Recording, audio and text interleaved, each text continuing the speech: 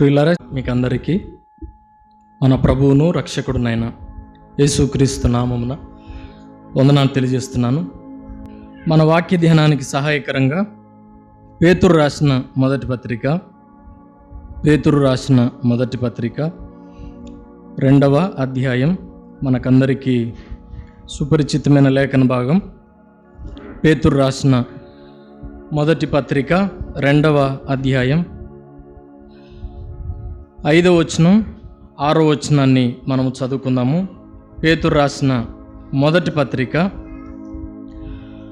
2వ అధ్యాయం 5వ వచనం 6వ వచనాన్ని. యేసుక్రీస్తు ద్వారా దేవునికి అనుకూలములగు ఆత్మ సంబంధమైన బలులను అర్పించుటకు పరిశుద్ధ యాజకులుగా ఉండునట్లు మీరును సజీవమైన రాళ్ళవలె నుండి ఆత్మ సంబంధమైన మందిరముగా కట్టబడుచున్నారు. ఆత్మ సంబంధమైన మందిరముగా కట్టబడుచున్నారు. అలాగే మరో వచనాన్ని చదువుకుందాం. కొరింథీయులకు రాసిన మొదటి పత్రిక 3వ అధ్యాయం. కొరింథీయులకు రాసిన మొదటి పత్రిక 3వ అధ్యాయం 17వ వచనాన్ని చదువుకుందాము. 16-17 వచనాలు కలిపి చదువుకుందాము. మీరు దేవుని ఆలయమై ఉన్నారనియు దేవుని ఆత్మ మీలో నివసించుచున్నాడనియు మీరు ఎరుగరా? ఎవడైనను దేవుని ఆలయమును పాడు చేసిన ఎడల దేవుడు వానిని పాడు చేయును. దేవుని ఆలయము పరిశుద్ధమై ఉన్నది, మీరు ఆ ఆలయమై ఉన్నారు. ప్రియులారా, ఈ మధ్యాహ్నం వేళ చదవబడిన లేఖన భాగముల ద్వారా దేవుడు మనతో మాట్లాడినట్టు చిన్న మాట ప్రార్థన చేసుకుందాం. పరిశుద్ధుడైన మా తండ్రి, మహాగణుడా, మహోన్నతుడా, మీ పాదములకు కృతజ్ఞతాస్తుతులు చెల్లిస్తున్నానైనా. మమ్మలను ప్రేమించి మీరు మాకు దయచేసిన మీ పాద సన్నిధి భాగ్యం కొరకై మీకు వందనాలు. ఉదయకాలము మొదటి సెషన్లో మీ దాసులను నిలబెట్టుకొని శ్రేష్టమైన లేఖన భాగాలను మా దృష్టికి తెచ్చి మా కన్నులను, మా హృదయములను, నాయనా మా చెవులను మీరు తెరవజేసినందుకే మిమ్మల్ని స్తుతిస్తున్నాం. 2వ వర్తమానంలో ఒనేషిము జీవితంలో నుంచి శ్రేష్టమైన అనుభవాలు, పాఠాలు మా దృష్టికి తెచ్చారు. మీకు వందనాలు నాయనా. భోజన సహవాసాన్ని ముగించుకొని 2వ సెషన్లో ఈ రీతిగా కొనసాగుటకు మీరు ఇచ్చిన భాగ్యం కొరకై మీకు స్తోత్రములు. పాటల ద్వారా మిమ్మల్ని మహింపరచుటకు సహాయం చేసినందుకై మీకు వందనాలనైనా. ఈ సమయంలో చదువుకున్న లేఖన భాగము ద్వారా మాతో మాట్లాడి మా ఆత్మీయ జీవితానికి క్షేమాభివృద్ధి కలిగించే మీ మాటలు మమ్మల్ని తెప్పరిల్ల చేసే, మమ్మల్ని హెచ్చరింపజేసే, మమ్మల్ని దిద్దుబాటు చేసే, ప్రోత్సాహపరిచే మీ మాటలు అనుగ్రహించవలసిందిగా వేడుకుంటున్నాం. నిలబడిన నన్ను మరుగుపరచండి. వచ్చిన వారందరికీ అర్థమగునట్టు, క్షేమాభివృద్ధి కలుగునట్లు మీరే మాట్లాడి మహిం పొందవలసిందిగా వేడుకుంటూ, ముందున్న సమయాన్ని సమస్తమును మీ చేతులకు అప్పచెప్పుకుంటూ, మా ప్రభువును ప్రియరక్షకుడైన యేసుక్రీస్తు నామమున స్తుతులు చెల్లించి ప్రార్థన చేసుకొని వేడుకొనుచున్నాము తండ్రి, ఆమె. పేతురు తన మొదటి పత్రికలో ఈ మాటలు రాస్తూ ఇలా అన్నాడు కదండి. యేసుక్రీస్తు ద్వారా దేవునికి అనుకూలమగు ఆత్మ సంబంధమైన బలులను అర్పించుటకు పరిశుద్ధ యాజకులుగా మీరు ఉండునట్లు మీరును సజీవమైన రాళ్ళవలే ఆత్మ సంబంధమైన మందిరముగా కట్టబడుచున్నారు. ఇది ప్రభు వచ్చేంత వరకు జరిగే ప్రక్రియ కదండి. మనకు భౌతిక మందిరం తెలుసు. దేవుడు మనల్ని ఉద్దేశించి ఒక మాట అంటున్నాడు. ఆ మాట ఏంటంటే, మనమంతా ఆత్మ సంబంధమైన మందిరం. కొరింథీ మొదటి పత్రిక సంఘానికి పౌలు రాస్తూ, మీరు దేవుని ఆలయమై ఉన్నారు అని పౌలు ఆ సంఘానికి గుర్తు చేస్తున్నట్టుగా మనము చూస్తాం. హెబ్రీ గ్రంథకర్త కూడా 2వ అధ్యాయంలో ఒక మాట అంటాడు కదండి, మీరు ఆయన ఇల్లై ఉన్నారు. ఆయన దేవాలయం, ఆయన ఇల్లు, మనం ఆయన మందిరం. ఈ వాక్య భాగాలన్నీ మనం చదివితే ఒక అద్భుతమైన సందేశాన్ని ఈ అధ్యాయంలో మనం చూస్తూ వస్తాం. మన ప్రభు అయిన యేసుక్రీస్తును గురించి పేతురు పరిచయం చేస్తూ ఒక మాట రాశాడు. ఆయన సజీవమైన రాయి. ఊరికే రాయి అని అంటే ఇంకా ప్రభువును మనం ఆరాధించకుండా పక్కన పెట్టేవారు. ఆయన ఎటువంటి వాడంట? సజీవమైన రాయి. మనము కూడా ఎటువంటి వారమంట? సజీవమైన రాళ్ళ వలె. ఈ మధ్యాహ్నం వేళ మన ప్రభువును గురించి ఈ సందర్భంలో పేతురు 4 ముఖ్యమైన మాటలు ఉటంకించాడు కదా. అందులో మొదటిది సజీవమైన రాయి, రెండవది నిషేధించబడిన రాయి, మూడవది మూలరాయి అన్నాడు. ఆ తదుపరి కింది వచనాల్లో మనం చదువుతాం, ఆయన అడ్డురాయి లేక అడ్డుబండ అని ప్రభువును గురించి, ఆయన మహాత్మ్యమును గురించి పౌలు చాలా చక్కగా వివరించినట్టుగా మనం చూస్తూ వస్తున్నాం. కొరింథీ సంఘానికి పౌలు రాస్తూ, మీరు దేవుని ఆలయం కదండి, you are the temple of God, మీరు దేవుని ఆలయమై ఉన్నారు అని పౌలు ఆ సంఘానికి ఉటంకించినట్టుగా మనం చదువుతాం. తిమోతికి పౌలు మొదటి పత్రిక రాస్తూ ఒక వచనాన్ని గుర్తు చేస్తాడు కదండి. ఈ తిమోతికి రాసిన పత్రికల యొక్క ఉద్దేశం ఆ వచనంలో మనం ఎరుగుదాం. మొదటి తిమోతి పత్రిక 3వ అధ్యాయం 14-15 వచనాలు మనమందరం ఎరిగిన వారమే. శీఘ్రముగా నీ యొద్దకు వత్తునని నిరీక్షించుచున్నాను, అయినను నేను ఆలస్యము చేసిన ఎడల దేవుని మందిరములో, అనగా జీవము గల దేవుని సంఘం, ఆ సంఘములో జనులు ఎలా ప్రవర్తించాలో, ఎలా ఉండాలో, జీవితాలు ఎలా కట్టుకోవాలో, ఆయనను ఎలా గణపరచాలో, ఆయనను ఎలా సేవించాలో అని చెబుతూ చాలా అద్భుతమైన సందేశాలు అక్కడ రాసినట్టుగా మనం చదువుతాం.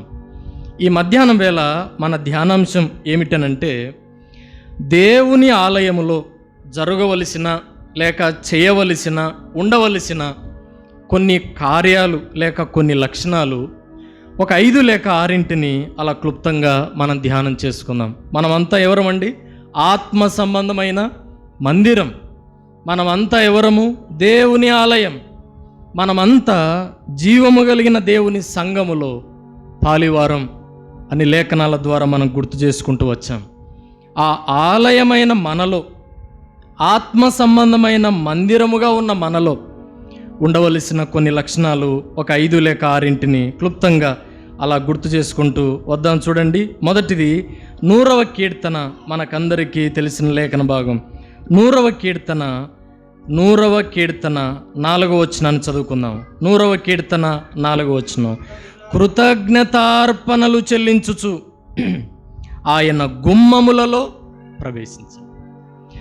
కృతజ్ఞతార్పణలు చెల్లించుచు ఆయన గుమ్మములలో ప్రవేశించుడి, కీర్తనలు పాడుచు ఆయన ఆవరణములలో ప్రవేశించండి అని చెబుతూ ఆయనను స్తుతించండి, ఆయన నామాన్ని ఘనపరచండి. నంబర్ 1, ఆత్మ సంబంధమైన మందిరముగా మనం ఎలా ఉండాలంటే, ఇది ప్రణుతించే మందిరముగా ఉండాలండి కదండి.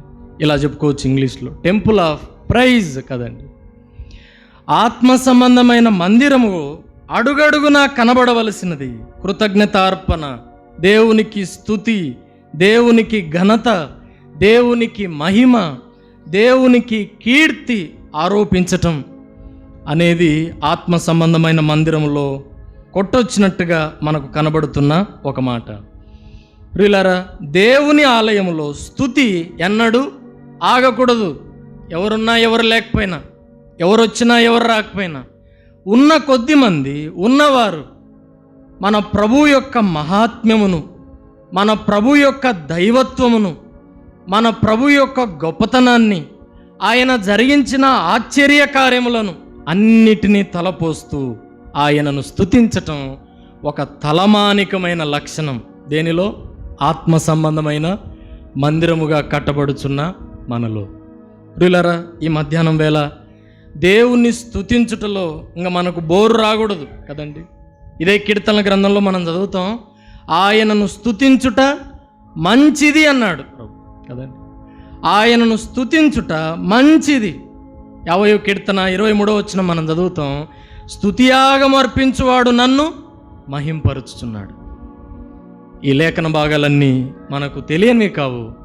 స్తుతి విషయంలో మన ప్రాధాన్యత, స్తుతి విషయంలో మన ఆతురత, నా ప్రభువును స్తుతించాలన్న ఆ ఆసక్తి ఆత్మ సంబంధంగా కట్టబడుచున్న మనలో ఎలా ఉందో పరిశీలన చేసుకుందాం. ప్రపంచవ్యాప్తంగా ప్రసిద్ధి చెందిన 2 యూనివర్సిటీలు ఉన్నాయండి, మనలో చాలామందికి తెలుసు. అందులో ఆక్స్ఫర్డ్ యూనివర్సిటీ, రెండవది కేంబ్రిడ్జ్ యూనివర్సిటీ. ఇవి విశ్వవ్యాప్తంగా చాలా ప్రసిద్ధి చెందిన యూనివర్సిటీలు. ఆ యూనివర్సిటీల్లో ప్రారంభ దినాల్లో ఆ యూనివర్సిటీలు ప్రారంభించినప్పుడు ఆ నిర్వాహకులు ఒక చట్టం, ఒక నిబంధన, ఒక పద్ధతి పెట్టారంట. ఆ పద్ధతి ఏంటంటే, ఆ యూనివర్సిటీలో ప్రవేశించిన ప్రొఫెసర్ కానీ, ఆ యూనివర్సిటీలో చదివే విద్యార్థి కానీ, ఆ యూనివర్సిటీలో పనిచేసే వ్యక్తులు కానీ ఎవరైనా మొట్టమొదటగా ఆ యూనివర్సిటీ ప్రాంగణంలో ప్రారంభంలో ఉన్న ఒక గదిలోనికి వెళ్ళి మన ప్రభువు అయిన యేసుక్రీస్తును స్తుతించి ఆయనను ఘనపరిచి ఆ తదుపరి క్లాస్ రూమ్లలోకి వెళ్ళాలంట. ఎంత గొప్ప కట్టడో కదండి. అందుకే కదా దేవుడు ఆ యూనివర్సిటీలను ఎంత ప్రఖ్యాతి చెందించాడో, ఎంత విశ్వవ్యాప్తం చెందించాడో, ఆ కీర్తి ఎంత నలుదిక్కులా వ్యాపించిందో. ఈ మధ్యాహ్నం వేళ దేవుణ్ణి స్తుతించుటలో ఉన్న శక్తి, ఆ మహాత్యం ఎట్టిదో మనం చూస్తూ వస్తున్నాం. తూర్పు దేశపు జ్ఞానులు కూడా ఏం చేశారండి, మన ప్రియ ప్రభు అయిన బాలుడైన యేసయ్యను చూడగానే మొదట ఏం చేశారు? బంగారము సాంబ్రాణి బోలం అర్పించలే, దానికంటే ముందు ఏం చేశారు? ఆయన ఎదుట సాగిలపడ్డారు. ఎంత గొప్ప వచనం! ఆయనను పూజించారు. ప్రియులారా, మహాజ్ఞానులు వారు దేవుణ్ణి స్తుతించుటకు ఎంత ప్రాధాన్యత ఇచ్చారు. ఈ మధ్యాహ్నం వేళ మన మందిరాలు, మన జీవితాలు ప్రణుతించే మందిరాలుగా, ఆయనను స్తుతించే మందిరాలుగా ఉండగలిగితే ఎంత బాగుంటుంది. ఎందుకు స్తుతించాలి అని అంటే, ఆయన మందిరంలో ఏముందంట? ఆ వచనాలు ఎరిగిన వారమే నేను అలా గుర్తు చేసి ముందుకెళ్తాను. దినవృత్తాంతముల 2వ గ్రంథం 5వ అధ్యాయం 14వ వచనం మనం చదివితే, ఆయన మందిరంలో ఏముందండి? తేజస్సు ఉంది. దేవుని యొక్క తేజస్సు ఉంది. ఆ తదుపరి యెహెజ్కేలు గ్రంథంలో మనం చదువుతాం, 10వ అధ్యాయము 9వ వచనం 10వ వచనం మనం చదివితే, ఆయన మందిరంలో తేజోమహిమ ఉన్నది. ఇదే కీర్తనల గ్రంథం 27వ కీర్తన 4వ వచనం మనం చదివితే, 27వ కీర్తన 4వ వచనం మనం చదివితే, దేవుని ఆలయములో ప్రసన్నత ఉన్నదండి. తేజస్సు, తేజోమహిమ, ప్రసన్నత, ఈ విషయాలన్నిటినీ మనం ఎత్తిపడితే దేవుని మందిరంలో ఎవరున్నారండి? దేవుడే ఉన్నాడు. 7వ కీర్తనలో ఒక మాట మనం చదువుకుందాం చూడండి. ఆ 11వ కీర్తన 4వ వచనం, 11వ కీర్తన 4వ వచనం, యెహోవా తన పరిశుద్ధ ఆలయములో ఉన్నాడు. ప్రియులారా, ఆయన ఆలయములో ఉన్నాడు గనుక ఆయన్ను స్తుతింపబద్దులమై ఉన్నాం. ఈ మధ్యాహ్నం వేళ మొదటిది మనం చదువుతున్నాం, ఆత్మ సంబంధమైన మందిరముగా మనలో ఉండవలసిన మొదటిది ఆ మందిరముగా, అది ప్రణుతించే మందిరముగా ఉండాలి అని లేఖన భాగాల్లో మనం చదువుతూ వస్తున్నాం. కొలసి పత్రికలు ఆ మాటలు మనం చదువుతాం 3వ అధ్యాయంలో కదండి. ఆయన సంఘములో సంగీతములతో, కీర్తనలతో, పద్యములతో, ఆత్మ సంబంధమైన పాటలతో కృపాసహితముగా ఆయనను గురించి పాడుచు ఆయన్ను మనం స్తుతించాలంట. మొదటి మాట ప్రణుతించే మందిరం, టెంపుల్ ఆఫ్ ప్రైజ్ అని మనం చూచాం. రెండవది చూడండి, ఇందాక మనం చదువుకున్నాం 1 కొరింథీ పత్రిక 3వ అధ్యాయం 17వ వచనం. 1 కొరింథీ పత్రిక 3వ అధ్యాయం 17వ వచనం, ఎవడైనను దేవుని ఆలయమును పాడు చేసిన ఎడల దేవుడు వానిని పాడు చేయును, దేవుని ఆలయం పరిశుద్ధమై ఉన్నది. రెండవది, ఆ ఆలయము ఎలా ఉండాలంట?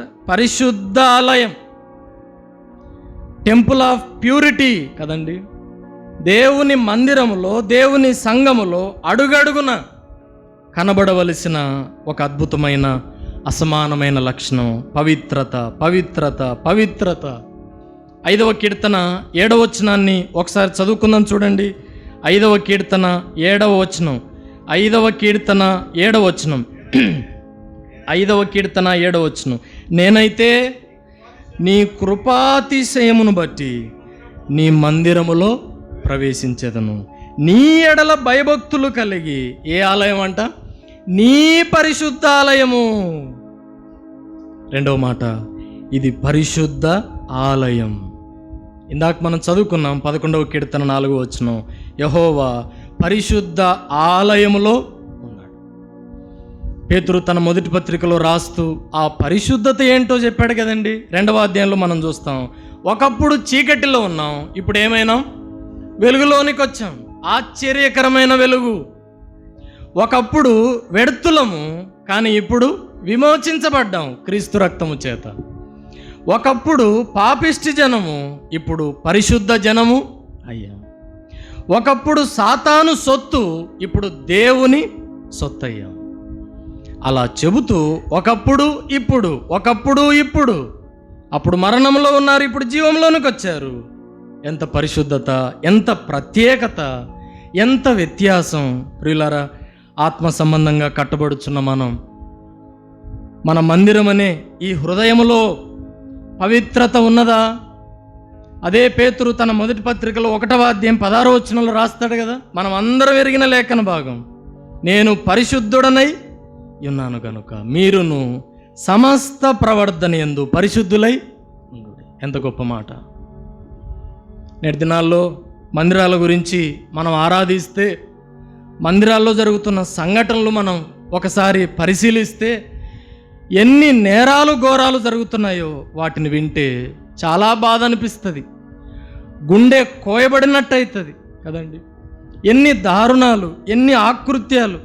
పరిశుద్ధమైన మందిరాన్ని దొంగల గుహగా చేస్తున్నవారు నేటి దినాల్లో ఎంతమంది లేకపోలేదండి. ఆ మధ్యలో ఒకసారి మందిరంలో వాక్యం చెబుతూ 2 సంఘటనలు చెప్పాను. ఒకసారి ఒక మీటింగ్ పోయినప్పుడు, కాన్ఫరెన్స్కి పోయినప్పుడు, అనంతపురం నుంచి ఒక సేవకుడు వచ్చాడు. 3 రోజులు ఆ మీటింగ్స్ ట్రైనింగ్ కోసమని సార్ ఒకసారి పంపారు హైదరాబాద్. పంపినప్పుడు అందరం పరిచయం చేసుకుంటుండగా ఆ సేవకునితో కూడా బాగా పరిచయం చేసుకున్నాం. చాలా లావు ఉన్నాడు, చాలా ఎక్కువ వయసు ఉంది, చాలా కలిసిపోతున్నాడు, చాలా ఓపెన్ అవుతున్నాడు, పరిచర్య గురించి చాలా విషయాలు చెబుతున్నాడు. చెబుతూ ఒక హృదయ విదారకమైన సంఘటన చెప్పాడండి. ఆ సంఘటన ఏంటంటే, ఆయన సంఘములో, మందిరములో పరిచర్య దేవుడు అద్భుతంగా దీవించి కొనసాగిస్తుండగా కొన్ని దినాలకి జరిగిన దారుణం చెప్పాడు. ఆ దారుణం ఏంటంటే, అక్కడ కొయర్ టీములో ఉన్న ఒక యవనస్తుడు, బాగా పాటలు పాడే యవనస్తుడు, పవిత్రంగా బాగా ఉన్నట్టుగా కనబడే ఒక యవనస్తుడు ఆఖరుకు పాస్టర్ గారి భార్యతో వెళ్ళిపోయినాడంట. ఎంత ఘోరం అనిపించింది, ఎంత దారుణం అనిపించింది. నేటి పరిశుద్ధ మందిరాలు పాపానికి కేంద్ర నిలయాలుగా అయిపోయి, ఇదెంత విచారం. అందుకే కొరింథీ సంఘానికి పౌలు రాస్తుంటున్నాడు, మీరు దేవుని ఆలయం, మీరు పరిశుద్ధులై ఉండాలి అని ఆయన చాలా సూటిగా తేటగా చెప్తున్నట్టుగా గుర్తు చేసుకుంటున్నాం. ఆ ఊర్లో జరిగిన సంఘటన చెప్పకూడదు, చాలా సిగ్గు అనిపిస్తుంది. సంఘాల్లో ఇటువంటి దారుణాలు జరుగుతున్నాయని. హెబ్రోన్ సహవాసము, 2 యవనస్తులే. ఆయన, ఆ అన్న నాకన్నా 3 ఏళ్ళు పెద్దవాడు. ఆ పాప వరుసకి అన్న కూతురు అవుతుంది, ఆయనకు కూడా అన్న కూతురు అవుతుంది. చాలా అన్యోన్యంగా ఉండేవారండి. వరుసకు బాబాయ్ అవుతాడు ఆయన. ఇలా చాలా చక్కగా మంచిగా మాట్లాడుకుంటూ వాక్యాన్ని ధ్యానం చేసుకున్నట్టుగా, చదువుతున్నట్టుగా చాలా చూపించేవారు. అబ్బో ఎంత పవిత్రంగా ఉంటున్నారు బాబాయ్ కూతుర్లు అని అందరూ అనుకునేవారు. లాస్ట్కు జరిగిన సంఘటన ఏంటంటే, ఆఖరుకు ఆ అమ్మాయికి పెళ్లి సంబంధాలు తెస్తే ఆ అమ్మాయి అంటుంది, నేను వాణ్ణి తప్పించితే ఇంకెవరిని చేసుకుంటే అతన్నే చేసుకుంటాను, లేకపోతే నేను చచ్చిపోతా. ఆ అబ్బాయి అంటాడు, చేసుకుంటే అమ్మాయిని, ఒరే వరుస కాదురా అంటే, వరుస కాకపోయినా ఏం లేదు. బైబిల్లో ఎంతమంది చేసుకోలేదు అట్లా?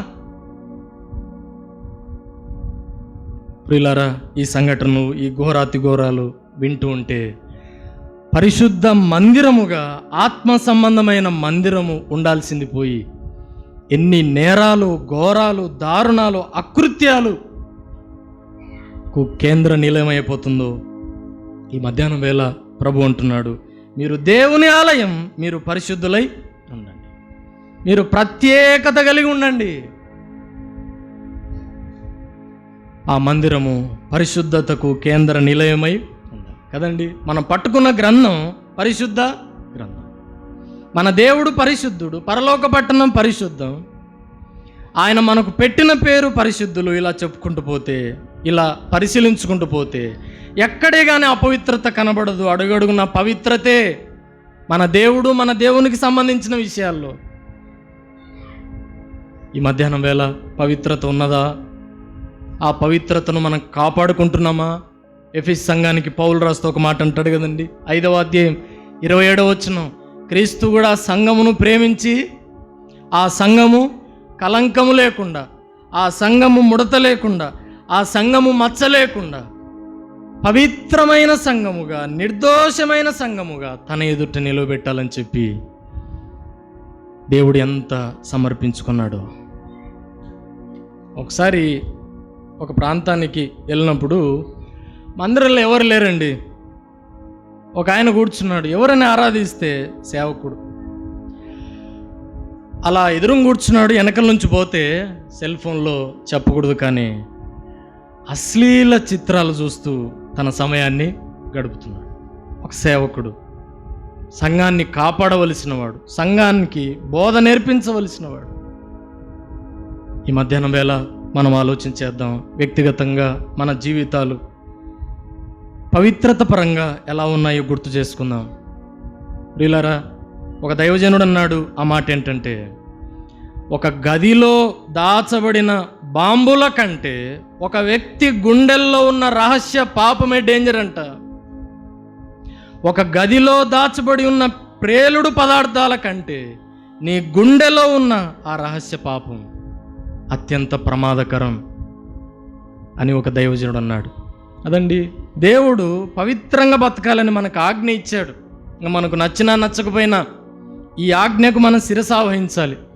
ఇలా ఆలోచన చేద్దాం. రైలు బండి ఉంది, ఆ రైలు బండికి మాటలు వచ్చినాయనుకోండి మనలాగా, ఆ రైలు బండికి మాటలు వచ్చి ఇలా అనింది అనుకోండి, ఎలా అనింది? ఇలా ఆలోచన చేద్దాం. ఇంకా నేను జీవితకాలము ఈ 2 పట్టాల మీదనే నడవాలా అని అంటే ఆ రైలు బండికి ఏమన్నా అర్థం ఉన్నట్ట?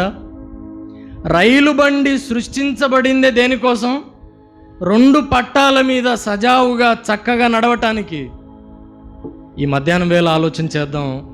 దేవుడు మనల్ని తన పోలికలో, తన స్వరూపంలో నిర్మించుకున్నది దేనికోసం అంటే ఆయన కొరకు ప్రత్యేకత కలిగి పవిత్రంగా బ్రతకటానికి. ఈ మధ్యాహ్నం వేళ 2వ మాట మనం చూస్తున్నాం, పరిశుద్ధ ఆలయం. ఆయన ఎలా ఉన్నాడో మనం అలా జీవించాలి. మాటల్లో కానీ, చూపుల్లో కానీ, తలంపుల్లో కానీ, క్రియల్లో కానీ, ఏ విషయంలోనైనా మనకు లోకానికి ఒక స్పష్టమైన వ్యత్యాసం, తేడా కనపడాలి. ఇక లోకంలో ఉన్నదంతా మనలో కనపడితే ఇంకా మన భక్తి, మన పవిత్రత అని మనం చెప్పుకొని ఎంత బాధాకరం. ఈ మధ్యాహ్నం వేళ ఆలోచన చేద్దాం. 2వది పరిశుద్ధ ఆలయం, temple of purity, purity, purity అని దేవుడు మాట్లాడుతున్నట్టుగా మనం చూస్తున్నాం. ఒకసారి ఒక వ్యక్తి నడుచుకుంటూ పోతున్నాడంటండి. నడుచుకుంటూ పోతుంటే ఒక శిల్పకారుడు ఒక బండని, రాతి బండని సింహము రూపములోనికి చెక్కుతున్నాడంట. చెక్కుతున్నాడు. ఆ పని ఎంత అయిపోయింది, అచ్చము సింహంలాగే ఉంది ఒక రాతి బండ. ఆ వ్యక్తి చూచి ఆశ్చర్యపడి, ఇంత గొప్పగా, ఇంత ఆకట్టుకునే విధంగా నువ్వు ఎలా సింహాన్ని రూపింపజేశావు, ఎలా దాన్ని నిర్మించావు అని అంటే ఆయన అన్నాడంట, చాలా సులభం, నువ్వు కూడా చేయొచ్చు ఈ పని అన్నాడంట. నేను ఎట్టు చేయలేనులే, ఏదో చెప్పు, చాలా సులభం అన్నావు కదా అని ఆ వ్యక్తి అడిగితే ఆ శిల్పకారుడు అంటున్నాడంట, ఆ మాట ఏంటంటే, ఈ మాట గుర్తుపెట్టుకుందాం, సింహమును పోలి ఉండని ప్రతి దాన్ని నేను తొలిచివేసిన. అంతే, సింహమును పోలి ఉండని ప్రతి దాన్ని తొలిచివేసిన అది సింహం రూపంలోనికి వచ్చింది. ప్రియులారా, ప్రభు పరిశుద్ధుడుగా ఉన్నాడు. మనం కూడా పరిశుద్ధతలో నడవాలంటే ప్రభువును పోలి ఉండని ప్రతిదాన్ని మనం ఏం చేసుకోవాలా? తీసివేసుకోవాలి. ప్రభువుకు నచ్చనివి, ప్రభువుకు ఇష్టం కానివి మనలో ఉంటే ఇక జీవితకాలం అంతా మనము ప్రభువు వలె జీవించడానికి అవకాశం ఉండదు. ఈ మధ్యాహ్నం వేళ రెండవ మాట మనం చూచాం, ఆత్మ సంబంధమైన మందిరం ఇది పరిశుద్ధమైన ఆలయముగా ఉండాలి అని మనం చూస్తున్నాం. ఇక మూడవది చూడండి, మనకందరికీ బాగా తెలిసిన లేఖన భాగాలు ప్రారంభంలోని సార్ గుర్తు చేశారు. మత్తయి సువార్త 21వ అధ్యాయం 13వ వచనం, యెషయా గ్రంథం 56వ అధ్యాయం 7వ వచనం, ఆ రెండు సందర్భాల్లో రాయబడిన మాట. ఆ మాట ఏంటండి? నా మందిరము అనేకులకు ప్రార్థనా మందిరం అనబడును. మూడవది, ఈ ఆత్మ సంబంధమైన మందిరము ప్రార్థనా మందిరముగా ఉండాలి కదండి, దొంగల గుహగా కాదు, ప్రార్థనా మందిరం. This is the prayer house. అదండి, ఇది ప్రార్థనకు నిలయమైన మందిరముగా ఉండాలి అని మనం చూస్తున్నాం. ఒక దైవజనుడు అన్నాడు, ఆ మాట ఏంటంటే, ప్రార్థన సంఘానికి వెన్నెముక అన్నాడండి. Prayer is the back bone of the church. అదండి, ప్రార్థన లేకపోతే ఇక వెన్నెముక లేని మనిషి ఎలానో ఒక సంఘం కానీ ఒక వ్యక్తి కానీ అలానే అని అన్నాడు. సంఘములో నిరంతరము ప్రార్థనలు జరుగుతూనే ఉండాలి. కారణం ఏంటి? దేవుడు మనకిచ్చిన అత్యుత్తమైన సాధనం ప్రార్థన. పేతురైతే చెరసాలలో ఉంచబడెను, సంఘము పేతురు కోసం అత్యాసక్తితో ప్రార్థన చేసి. ఎంత గొప్ప మాట!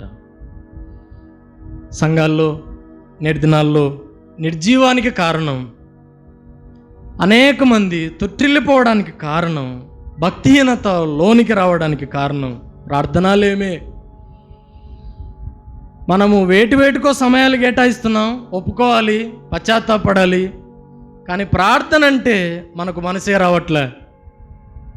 గుంపుగా కూడి 10 మంది గురించి చాలా మాట్లాడుకుంటాం, కానీ 10 మందిగా కూడి దేశ పరిస్థితులు బాలేవని, సంఘాల పరిస్థితులు బాలేవని, సంఘానికి ప్రార్థన ఎంతో అవసరం అని చెప్పి ప్రార్థనలో పనులన్నీ ప్రక్కన పెట్టి ప్రార్థనకు చేరి వచ్చేవారు నేటి దినాల్లో ఎంతమంది అండి? ప్రియులారా, ఈ మధ్యాహ్నం వేళ గుర్తు చేసుకుందాం. ఎంత ప్రసంగం చేసినా, ఎంత ప్రయాసపడినా, ఎంత మనము పరిచర్య చేసినా ప్రార్థన లేకపోతే అది ఫలభరితం కాదు కదా. ప్రార్థన లేకపోతే అది దేవుడు అంగీకరించేది కాదు కదా. ఈ మధ్యాహ్నం వేళ ఆలోచన చేద్దాం.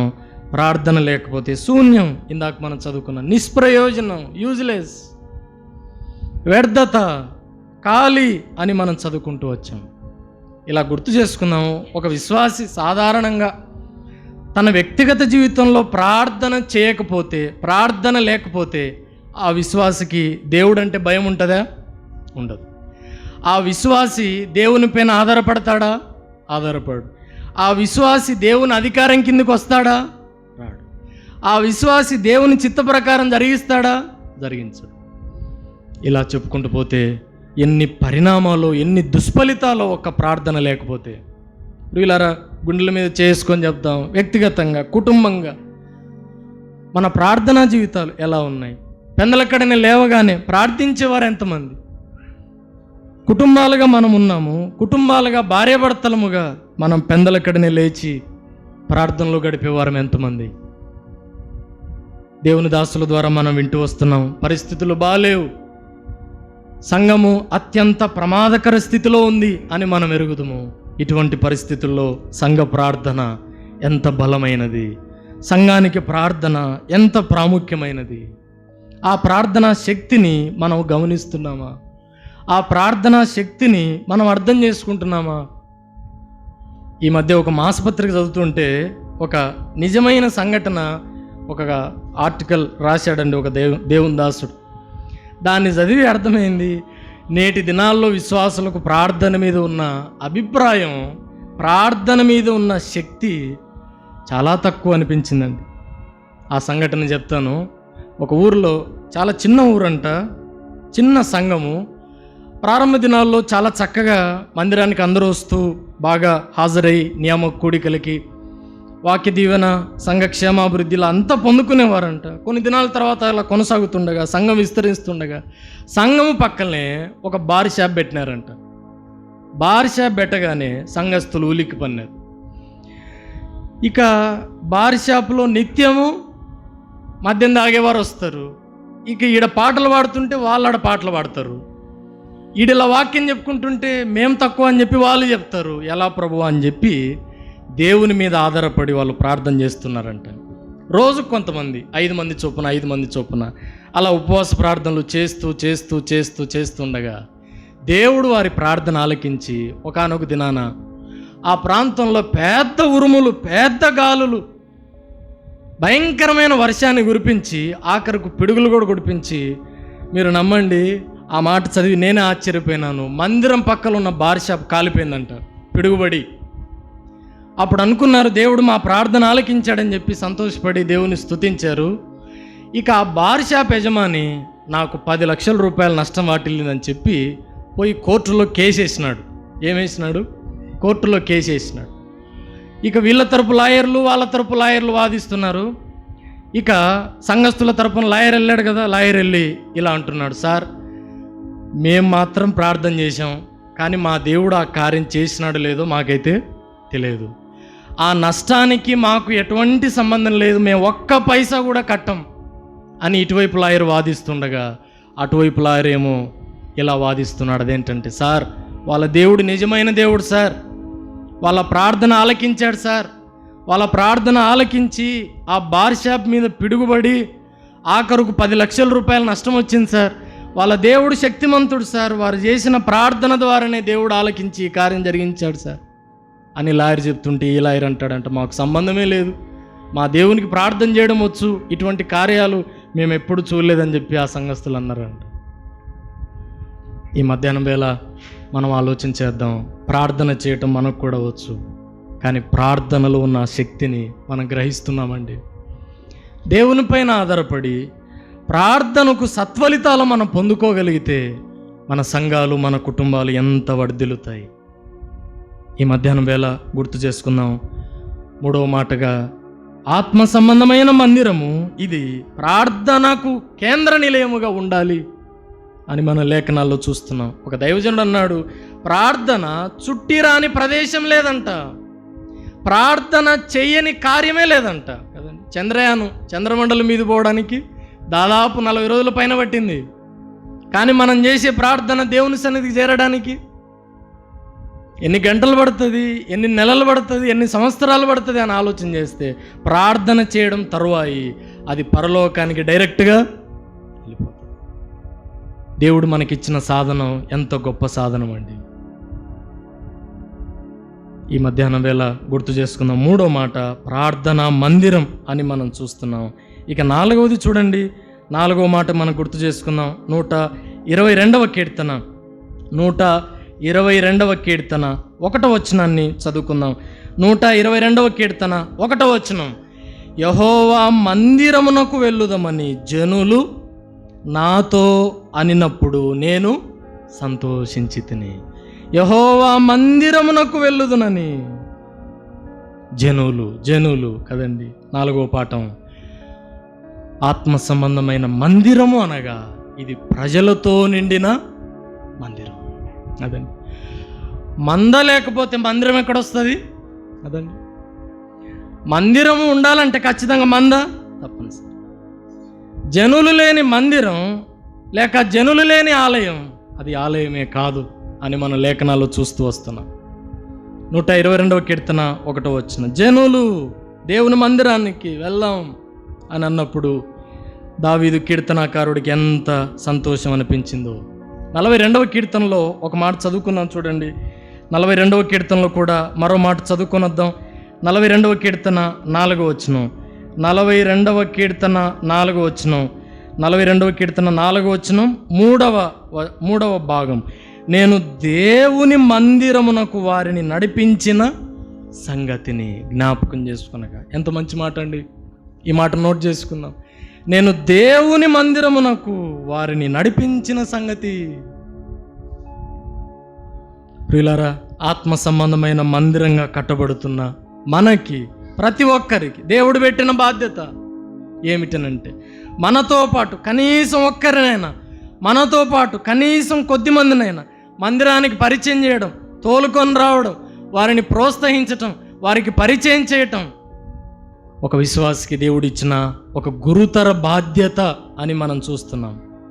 ఇక్కడ ఆలోచన చేద్దాం. విద్యార్థులు లేని స్కూల్ను ఊహించడం కష్టం కదండి. విద్యార్థులు లేని స్కూల్ను ఊహించడం కష్టం. స్కూలే, కానీ విద్యార్థులు లేకపోతే అది స్కూలుగా పిలువబడదు. పేషెంట్స్ లేని హాస్పిటల్ను ఊహించడం కష్టం. హాస్పిటల్ అని పేరు పెట్టుకొని అందులో పేషెంట్స్ లేకపోతే ఏం లాభం? అలాగే దేవుని బిడ్డలమని చెప్పుకొని మందిరాల్లో మన కనబడకపోతే అదెంత ఘోరం. ఈ మధ్యాహ్నం వేళ గుర్తు చేసుకుందాం. మందిరం ప్రజలతో నిండిన మందిరం. ఇదే ఆత్మ సంబంధమైన మందిరంగా మనం చూస్తూ వస్తున్నాం. ప్రియులారా, ఈ మధ్యాహ్నం వేళ ఆలోచన చేద్దాం. మొన్న సార్ చెప్పగా ఒక సాక్ష్యం చాలా పురికొల్పింపజేసిందండి. ఆ సాక్ష్యం ఏంటంటే, ఒక ముసలాం ఉండేదంట ఒక ఊరిలో. ఆ మందిరము చాలా ఏళ్ళ క్రితం కట్టబడిందంట. ఆ మందిరం చాలా ఏళ్ళ క్రితం కట్టబడింది. సంఘస్థులు ప్రారంభ దినాల్లో చాలామంది ఉండేవారంట. ఉద్యోగాలను బట్టి, పనులను బట్టి వలసలకు వెళ్ళి ఆ సంఘం అంతా ఖాళీ అయిపోయిందంట. ఒక్క ముసలామ మాత్రం విశ్వాసిగా ఆ గ్రామంలో ఉందంట.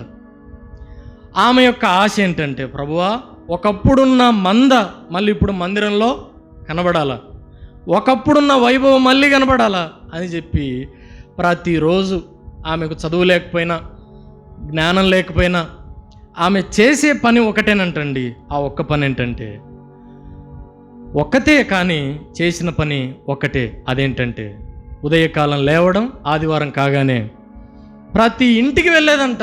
ఇంటికి వెళ్ళి, అమ్మా 9 అవుతుంది, మందిరానికి రండి. 8కి ఇలా బయలుదేరి ఆ కాలనీలో ఉన్న వారందరినీ మాటిమాటికి మందిరానికి రండి, ఆదివారం అని చెప్పి అలా ప్రోత్సహించేదంట, పరిచయం చేసేదంట. ప్రారంభంలో ఎవ్వరూ రాకపోయినా ఆమె యొక్క భారాన్ని, ఆమె యొక్క బాధ్యతను అనేక మంది గుర్తించి ఒకప్పుడున్న మందతో దేవుడు మళ్ళా ఆ సంఘాన్ని నింపాడంటండి. అదండి ఒక ముస్లామ ప్రయత్నం. ఆదివారం కాగానే 8కి సిద్ధపడి బైబిల్ పట్టుకొని ప్రారంభ దినాల నుంచి మందిరంలో దేవుడు సంఖ్యం చేర్చేంత వరకు వెళ్ళడము. రండి, టైం అవుతుంది, సిద్ధపడండి. ఇంకా జడలేసుకుంటున్నారు, ఇంకా వంట వండుతున్నారు, ఎప్పుడు సిద్ధపడేది అని చెప్పి చాలా ప్రోత్సహించిందంట. ఆ వృద్ధురాలి పరిచర్ను బట్టి దేవుడు ఆ సంఘాన్ని అభివృద్ధి చేశాడంట. ప్రియులారా, ఈ మధ్యాహ్నం వేళ ఆలోచన చేద్దాం. మనమున్న చోట మనం కదలకుండా ఉంటే, మన దగ్గరికి అందరు రావాలనుకుంటే ఎట్లా? ఎక్కడ వేసిన గొంగలి అక్కడే అన్నట్టుగా, గొర్రెతోక బెత్తడన్నట్టుగా ఉంటే ఎలా? సంవత్సరాలు, మాసాలు గడుస్తుండగా మందిరము మందతో నింపబడాలి. ఉన్నవారు బాధ్యత కలిగి, భారము కలిగి, ఉజ్జీవంతో, దేవుని వాక్య ప్రేరేపణతో, అపోస్తలుల ఆసక్తితో నింపబడి ఉపవాసాలు, ప్రార్థనలు, గట్టి తీర్మానాలతో ముందుకు వెళ్ళగలిగితే ఆశ్చర్య కార్యాలు దేవుడు జరిగించడా? అపోస్తల కార్యాల గ్రంథం 4వ అధ్యాయం 5వ అధ్యాయం మనం చదువుకుంటూ వెళ్తే, వారు వెళ్ళిన ప్రతి గ్రామంలో సాక్షిగా ఉంటూ, సాక్ష్యం ఇస్తూ వెళ్ళారంట. ఈ మధ్యాహ్నం వేళ ఆత్మ సంబంధమైన మందిరముగా 4వ మాట, ఆ మందిరము ప్రజలతో నిండిన టెంపుల్ ఆఫ్ పీపుల్ కదండి, ప్రజలతో నిండిపోయింది అని మనం చూస్తున్నాం. ఇక 5-6 విషయాలు నేను అలా క్లుప్తంగా గుర్తు చేయించి ముగిస్తాను. చూడండి, 92వ కీర్తన 13వ వచనం, 92వ కీర్తన 13వ వచనాన్ని చదువుకుందాం. యెహోవా మందిరములో నాటబడిన వారై వారు మన దేవుని ఆవరణములలో వర్ధిల్లుదురు. ఎంత బాగుందండి మాట. యెహోవా మందిరములో నాటబడిన వారై. 5వ మాట, ఆత్మ సంబంధమైన మందిరము అనగా ఇది ఫలించే మందిరముగా లేక ఫలించే ఆలయముగా ఉండాలి. టెంపుల్ ఆఫ్ ప్రాస్పరిటీ కదండి. నాటబడిన వారై వర్ధిల్లాలి. దేవుని మందిరంలో ఉన్నవారు వర్ధిల్లుతారు కదండి. దేవుని మందిరంలో నివసించువారు అభివృద్ధి చెందుతారు. దేవుని మందిరముతో సంబంధం కలిగిన వారిని దేవుడు ఏనాటికైనా దీవిస్తాడు అనేది కీర్తనల గ్రంథం అంతా మనం చదివితే గొప్ప గొప్ప వాగ్దానాలు దేవుడు మనకిచ్చాడు.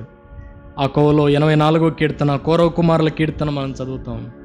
సైన్యములకు అధిపతి యెహోవా, నీ నివాసములు ఎంత రమ్యములయ్యా!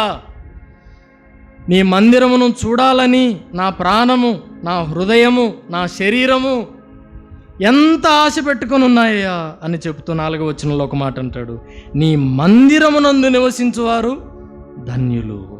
అదండి ప్రియులారా, ఒక మాట గుర్తుపెట్టుకుందాం. ఆ మాట ఏంటంటే, మందిరానికి రావడం కాదు కదండి, ఆ మందిరములో మనం నాటబడినప్పుడే అలా. మందిరానికి వస్తూ వెళ్తున్నప్పుడు కాదు, నాటబడాలి. ఎప్పుడు? నాటబడినప్పుడే వర్ధిల్లత, నాటబడినప్పుడే ఫలాలు. ఇలా గుర్తు చేసుకుందాం. 1వ కీర్తన మనకు తెలియజేసే భాగం ఏంటండి? చెట్టు పొట్టు కదండి. చెట్టు పొట్టు. చెట్టుకి ఏముంటాయి? వేర్లు ఉంటాయి. ఆ వేర్లు ఎక్కడికి వెళ్ళిపోతాయి? భూమి లోపలికి పాతుకుపోతాయి. పాతుకుపోయినప్పుడే ఫలిస్తాయి, పాతుకుపోయినప్పుడే పండ్లు ఇస్తాయి, పాతుకుపోయినప్పుడే చెట్టు ఏపుగా పెరిగి మనకు నీడను కూడా ఇస్తుంది. ఇలా ఆలోచన చేద్దాం. మరి పొట్టుకు వేర్లు ఉంటాయా? ఉండవు. మరి పెద్ద పెద్ద వానలు, పెద్ద పెద్ద గాలులు, పెద్ద పెద్ద తుఫాన్లు వచ్చినప్పుడు ఆ ప్రభావానికి నిలబడేది ఏంటండి? పొట్టా చెట్టా? చెట్టు. కారణం ఏంటి? చెట్టుకేముంది? వేర్ల వ్యవస్థ ఉంది. పొట్టుకేం లేదు, వేర్లు లేవు. ఈ మధ్యాహ్నం వేళ మనం గుర్తు చేసుకోవాలి, చెట్టుగా దేవుడు మనల్ని సంఘంలో పెట్టాడు. మనం నాటబడ్డామా? మన వేర్లు మీదికి తన్ని ఎదగి ఫలించగలిగితే అదెంత భాగ్యంగా ఉంటుంది. వీళ్ళారా, 4వ మాట మనం చూస్తున్నాం, ఇది ఫలించే ఆలయము అని మనం చదువుతున్నాం. ఎఫెసు పత్రిక 4వ అధ్యాయం 15 నుంచి 17 వచనాలు మనం చదివితే ఆ మాటలు మాటి మాటికి దేవుని దాసులు మనకు గుర్తు చేస్తుంటారు కదండి. ప్రేమ కలిగి సత్యము చెప్పొచ్చు, మనం అన్ని విషయములలో క్రీస్తు వలె ఎదుగుదాం. మనం అన్ని విషయములలో క్రీస్తు పోలికలో ఉందాము. మనం అన్ని విషయములలో క్రీస్తును ధరించుకొని ఉందాం అని ఎఫెసు సంఘానికి పౌలు రాస్తూ ఆ మాటలు రాసినట్టుగా మనం చూస్తున్నాం. యోసేపును గురించి మనం చదువుతాం కదండి. ఆదికాండం 49వ అధ్యాయం 22వ వచనం మనం చదివితే, యోసేపు ఫలించేడి కొమ్మ. అలా పరిచయం చేస్తూ కింది వచనాల్లో ఒక మాట అంటాడు కదండి. ఆదికాండం 49వ అధ్యాయం 22వ వచనంలో, యోసేపు ఫలించెడి కొమ్మ, ఊట యొద్ద ఫలించెడి కొమ్మ, దాని రెమ్మలు గోడ మీదికి ఎక్కి వ్యాపించును. అమెరికా దేశంలో కాలిఫోర్నియా రాష్ట్రంలో రెడ్వుడ్ అని ప్రసిద్ధిగాంచిన వృక్షాలు ఉన్నాయంటండి. విద్యావంతులకి తెలుసు. అవి దాదాపు 300 అడుగులు ఎత్తు పెరుగుతాయంట. అలా ఎత్తు పెరిగినప్పుడు ఎంత గాలులు వచ్చినా, ఎన్ని తుఫానులు వచ్చినా, ఎంత వరద బీభత్సం సృష్టించినా ఏమాత్రం ఆ చెట్లు కూలిపోవంట. కారణం ఏంటంటే అవి సాధారణమైన లోతులో వేర్ల వ్యవస్థ కలిగి ఉన్న ఆ వేర్లంట ఒకదానికొకటి పెనవేసుకొని చాలా పటిష్టమైన బంధాన్ని రెడ్వుడ్ వృక్షాలు ఏర్పరచుకుంటాయంట. ప్రియులారా, ఈ మధ్యాహ్నం వేళ మనకు దేవుడు నేర్పిస్తున్న పాఠం ఏంటంటే, మొదటిది ఫలించాలి. ఆ ఫలింపు 1వ కీర్తనలో వాక్య ధ్యానం అని చూచాం. 2వది రెడ్వుడ్ వృక్షాల వలె ఒకదానికొకటి పెనవేసుకొని పటిష్టమైన సంబంధం, అనగా ఆత్మ కలిగించు ఐక్యత, సఖ్యత అని మనం చూస్తూ వస్తున్నాం. మనం ఫలించగలిగితే, మనం ఫలభరితులముగా ఉండగలిగితే మన ప్రియ ప్రభు మనల్ని బట్టి ఎంత మహిమపరచబడతాడు. 5 సంగతులు మనం చూచాం. 6వ సంగతి చెప్పి నేను ముగిస్తాను. 6వ సంగతి మార్కు సువార్త 16వ అధ్యాయం 15వ వచనం, మనకందరికీ ఎరిగిన లేఖన భాగం. మీరు సర్వలోకమునకు వెళ్ళి సర్వ సృష్టికి సువార్తను ప్రకటించండి. టెంపుల్ ఆఫ్ పర్పస్ కదండి. దేవుడు ఆత్మ సంబంధంగా కట్టబడుచున్న ఒక వ్యక్తికి, ఒక సంఘానికి ఇచ్చిన గురుతర బాధ్యత ఏమిటనంటే, ప్రభు వాక్యమును, ప్రభు సువార్తను ప్రచురింప చేయడం. ఒక సంఘానికి లేక ఒక సంఘం మీద దేవుడు పెట్టిన ఒక అద్భుతమైన బాధ్యత ఇదే. అసలు శిశులైన పర్పస్. సంఘం ఒకవైపు సుబోధలో పెరుగుతుండాలి, మరొక వైపు సంఘము ద్వారా సువార్త అందబడాలి, ఆ సంఘము ద్వారా శిష్యులు తర్ఫీదు కావాలి, ఆ సంఘము ద్వారా పరిచర్య ధర్మం జరగాలి, ఆ సంఘము ద్వారా సంఘము క్షేమాభివృద్ధి పొందాలి అని మనం చూస్తూ వస్తున్నాం. జాన్ వెస్లీ అనే మహా గొప్ప దైవజనుడు ఒక మాట అంటాడు, నాకు భూలోకంలో ఒకే ఒక్క పని, ఆ పని ఏంటంటే ఆత్మల సంపాదన.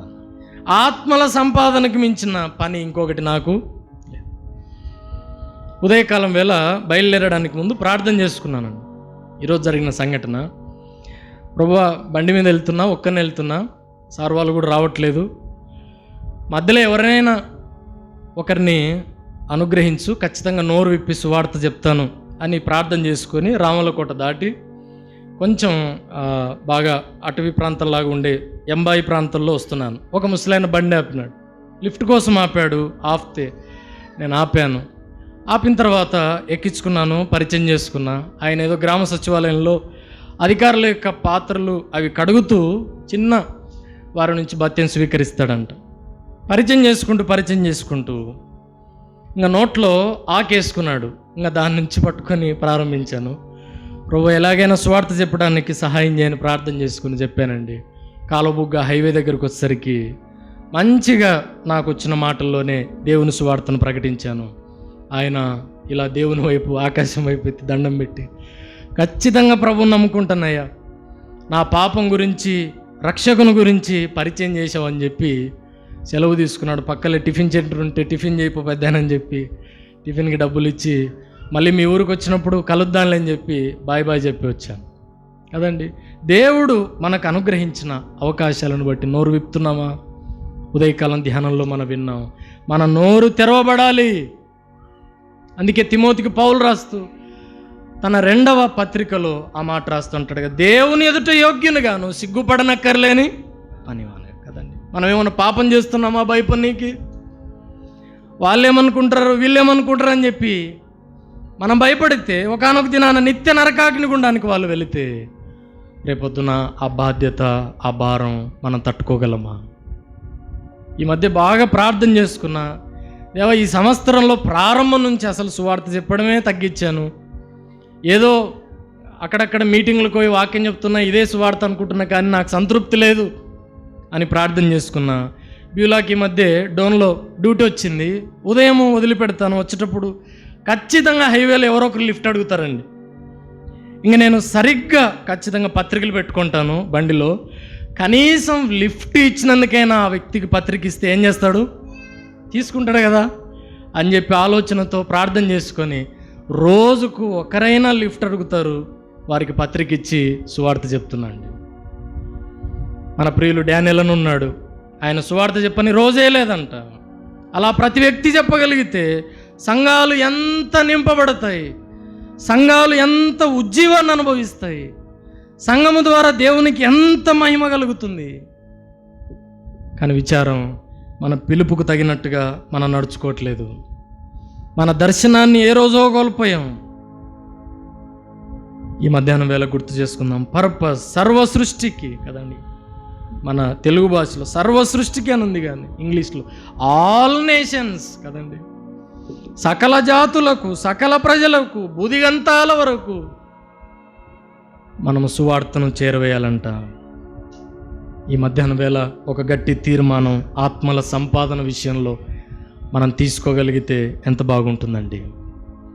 6వ మాట, ప్రభు సువార్తను ప్రకటించాలి అని మనం చూస్తూ వచ్చాం.